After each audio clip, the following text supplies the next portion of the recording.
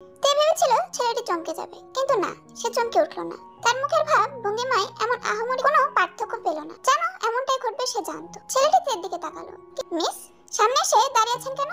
কিছু বলবেন? বললেন না ক্রাশ খেয়েছেন, প্রেম করবেন। এই ডায়লগগুলো আমি রোজ শুনি তাই। বেটা বলছি কি, শুনেছি সুন্দর ছেলেরা পাগল হয়। এটা দেখে মাথার 32 তার ছিঁড়ে পাবনা থেকে বের হওয়া এক নম্বর পাগল। মনে মনে কথাগুলো বলে তে ভ্রু কুঁচকে বলল, কি আর কাজ নাই, আপনার মতো মাথা মোটা পাগলের প্রেমে পড়বো? ক্রাশ খাবো? নিজেকে ভাবেন কি শিম্পাঞ্জি? লাস্টের কথাটা একটু আস্তেই বলল। ছেলেটি হেসে উঠল। অনেক কিছুই। সময় হলে। তা আপনি আমার সামনে এখানে দাঁড়িয়ে? আমি কিন্তু আপনার সামনে দাঁড়াইনি। মতলব কি? তাহলে 2 এ 2 4 ভাবতেই পারি। 2 এ 2 4 ভাবতেই পারি। 2 2 5 হয়। 4 ভাবে উম্মাদ পাগলরা। যাকে আপনি কি গানটা গাচ্ছিলেন বলেন তো আবার? ছেলেটা মুচকি হাসলো, যেন এই হাসির ভিতরে অনেক রহস্য আছে। বলল, বেলা বসার গান। ও আচ্ছা, বেলা। তে চিন্তায় পড়ে গেল। ভাবছে, কিন্তু কিছুই মিলছে না। ছেলেটিকে কিছু বলবে তার আগে পিছন থেকে একটা কণ্ঠস্বর ভেসে উঠলো। তাকে দেখে ছেলেটি নেই, আর পিছনে চাহক দাঁড়িয়ে আছে। চাহক তের দিকে মুগ্ধতার চোখে তাকিয়ে আছে। তের দিকে এগিয়ে এলো। যাকে খুঁজতে খুঁজতে এদিক সেদিক উকি দিচ্ছিল তে, সেই পুরুষটি তার সামনে দাঁড়িয়ে আছে। তের দিকে গভীর মনোযোগ দিয়ে তাকিয়ে আছে। পুরুষটির চাহনি গভীর নয়নে দুষ্টুমির আভাস। তে লজ্জায় চোখ মেলাতে পারছে না। তের সামনে এসে দাঁড়ালে তে মাতোয়ারা হয়ে যায়। বুকের স্পন্দন বেড়ে গেল। মন মস্তিষ্ক বারবার বলছে, সে কি সত্যি তের একান্ত পুরুষ? আজ কত মেয়ের নজর তের পুরুষটির উপর পড়েছে। মনে মনে একটু জেলাস ফিল করলো তে। মনে মনে বলে, এত সাংঘাতিক সুন্দর কেন উনি? তার সব হাজবেন্ড ম্যাটেরিয়ালস কোয়ালিটি তার মাঝে আছে, যা আমাকে তার প্রেমে ফেলতে প্রতিবারই বাধ্য করছে। বাধ্য করেছে ভালোবাসতে। ভালোবাসি আমি আপনাকে, আমার বেটার হাফ। তে নিজের অজান্তেই তার হাতটা জাঙ্কুকের গালের উপর রাখলো। হালকা স্পর্শে তে কেঁপে উঠলো। জাঙ্কুক বিজয়ের হাসি দিয়ে তার অর্ধাঙ্গিনীর হাতে টুক করে একটা চুমু খেলো। তে চমকে উঠলো। দ্রুত হাত সরানোর আগে জাঙ্কুক তার চড়ুই বইয়ের হাতটা গালে চেপে ধরে আবারও 2 বার টপাটপ চুমু খেয়ে নিল। নেশালো কণ্ঠে বলল, চড়ুই বউ, তোকে এই গাউনে সুন্দর লাগবে জানতাম, তবে পরীর মতো পরী রাজকন্যা লাগবে তা জানতাম না। চড়ুই, তোকে এখনই আমার টুক করে খেয়ে ফেলতে ইচ্ছে করছে। হাতটা ধরে তার দিকে টান দিতেই তে তার বুকের উপর পড়লো। জাঙ্কুক এক হাত দিয়ে তের ছোট শরীরটা পেঁচিয়ে নিল। একটু ঝুঁকে ফিসফিস করে বলল, শোনো মেয়ে, আজ তোর এই রূপে আমি শেষ। তোকে এর মাসুল দিতেই হবে। আমি জাঙ্কুক যেমন ঋণ করতেও পছন্দ করি না, আবার ঋণ রাখতেও না। চল রুমে যাই। এদিকে অন্যের বিয়ে হোক, ওদিকে আমরা পেন্ডিং কাজটা বাস্তবায়ন করি। তুই মাসুল দে। তার কথা শুনে তের কান গরম হয়ে গেল। সেই বুকে মাথা লুকালো। জাঙ্কুক বুঝতে পারলো তার চড়ুই লজ্জা পেয়েছে। তার বুকে বরাবরের মতো মাথা লুকিয়েছে। ইস, তার বইয়ের কাণ্ডগুলো এত জোস কেন? তাকে প্রতিবারই কাছে যাওয়ার আহ্বান করে উত্তেজিত করে তোলে। তবে এবার এই দূরত্ব সে ভেঙে দিবে। সময় যে এসে পড়েছে। জাঙ্কুক তার চড়ুইকে ছেড়ে দিল।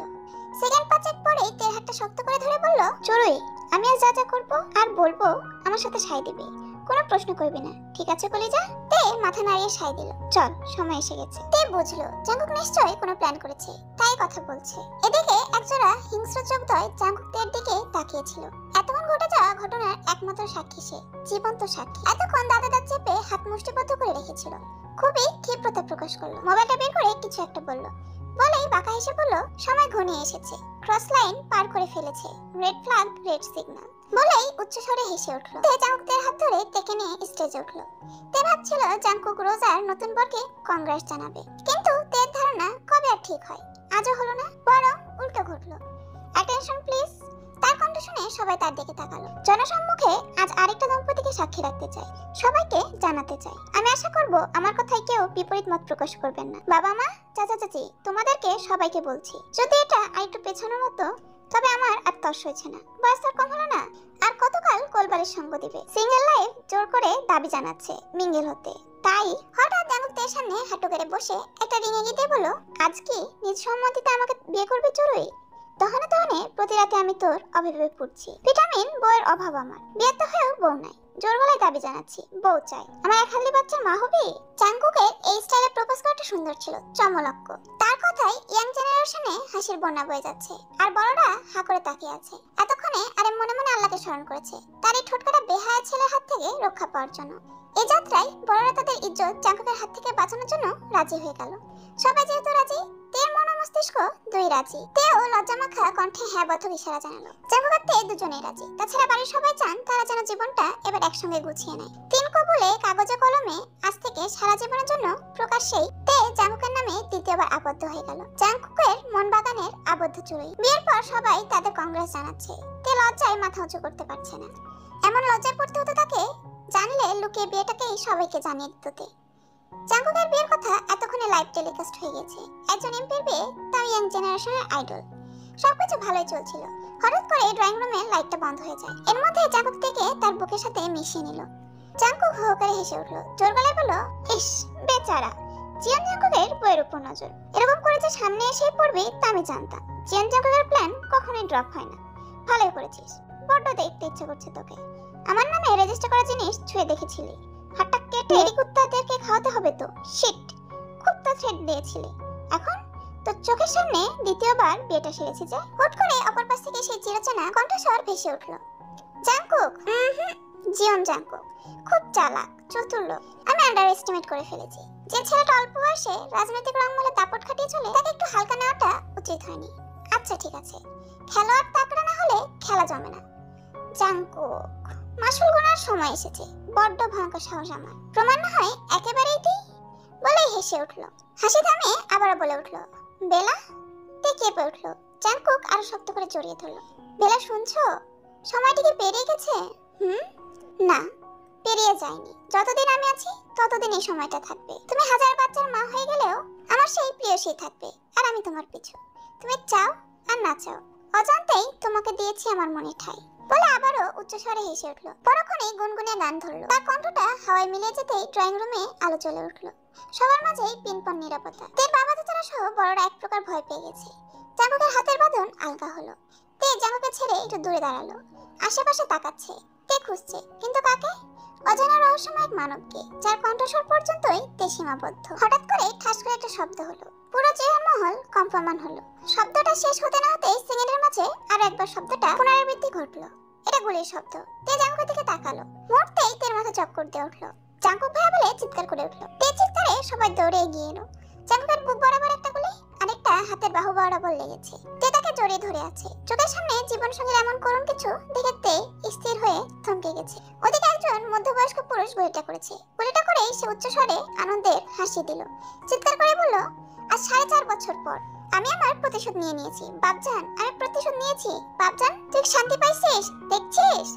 মুহূর্তেই গার্ড সহ পুলিশ সদস্যরা লোকটিকে ধরে ফেললো। তবুও লোকটির মধ্যে কোনো অপরাধ বোধ নেই। লোকটি আনন্দে আবার বলে উঠলো, আমাকে যা শাস্তি দাও দাও। আমার ছেলের মৃত্যুর প্রতিশোধ আমি নিয়ে নিয়েছি। ও আমার ছেলের মাথায় লাঠি দিয়ে বাড়ি দিয়েছিল। আমার নির্দোষ ছেলেকে বাঁচাতে পারিনি। আমি সেদিনই প্রতিজ্ঞা নিয়েছিলাম, তোকে আমি শেষ করবই। আমি পেরেছি। আর লোকটিকে কথা বলতে না দিয়ে গার্ডগুলো ওকে মারতে মারতে নিয়ে গেল। তে লোকটার দিকে তাকিয়ে আছে। কোথাও তে তাকে দেখেছে। সেই 4.5 বছরের কথাটা মনে পড়তেই তে লোকটির চেহারা মস্তিষ্কে ভেসে উঠল। তে জাঙ্কুকের মাথাটা কোলে উঠে ধরে বলল, আপনারা কিছু করেন, আপনার কিচ্ছু হবে না। কিচ্ছু না, আমাদের মুহূর্তটা শুরু হতে না হতেই শেষ। আমি মানতে পারছি না, আমি আপনাকে ছাড়া বাঁচতে পারবো না। জাঙ্কুক অস্পষ্ট স্বরে বলল, চড়ুই। তারপর সে জ্ঞান হারিয়ে ফেলে। সুগারিয়নো দ্রুত জাঙ্কুককে হাসপাতালে নেওয়ার জন্য পা বাড়ালো। তে আর চাপ নিতে পারলো না, ধপ করে সেখানে জ্ঞান হারিয়ে ফেললো। দূর থেকে কেউ মানুষের আড়ালে জয়ের হাসি হাসলো। তার প্ল্যান কাজে দিয়েছে। ইস, এত সুন্দর দাবার চাল কিভাবে চাললো সে? নিজের প্রশংসা করলো। অন্যদিকে তের বদ্ধ উন্মাদ প্রেমিক প্রিয়সীর এমন অবস্থায় একটু মন খারাপ করে বলল, জাঙ্কুক আর থাকবে না বেলা।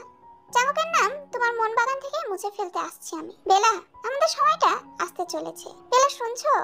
সময়টা এবার আমরা পেয়ে গেছি। সময়টা এবার তোমার আমার। জিয়ন রংমহল স্তব্ধ। চারিদিকে পিনপন নীরবতা বিরাজ করছে। এমপি জিয়ন জাঙ্কুকের বিয়ের খবর যেমন বাতাসের গতিতে ভাইরাল হয়েছিল, ঠিক তেমনই গুলিবিদ্ধ হওয়া নিউজটা বিদ্যুতের গতিতে চারিদিকে ছড়িয়ে পড়েছে। নিউজটা কাঁপিয়ে তুলেছে চারিদিক। এমপি জিয়ন জাঙ্কুক বিয়ের পরপরই গুলিবিদ্ধ হয়েছেন। জ্ঞান ফিরতেই মাথাটা ভার হয়ে আছে তে।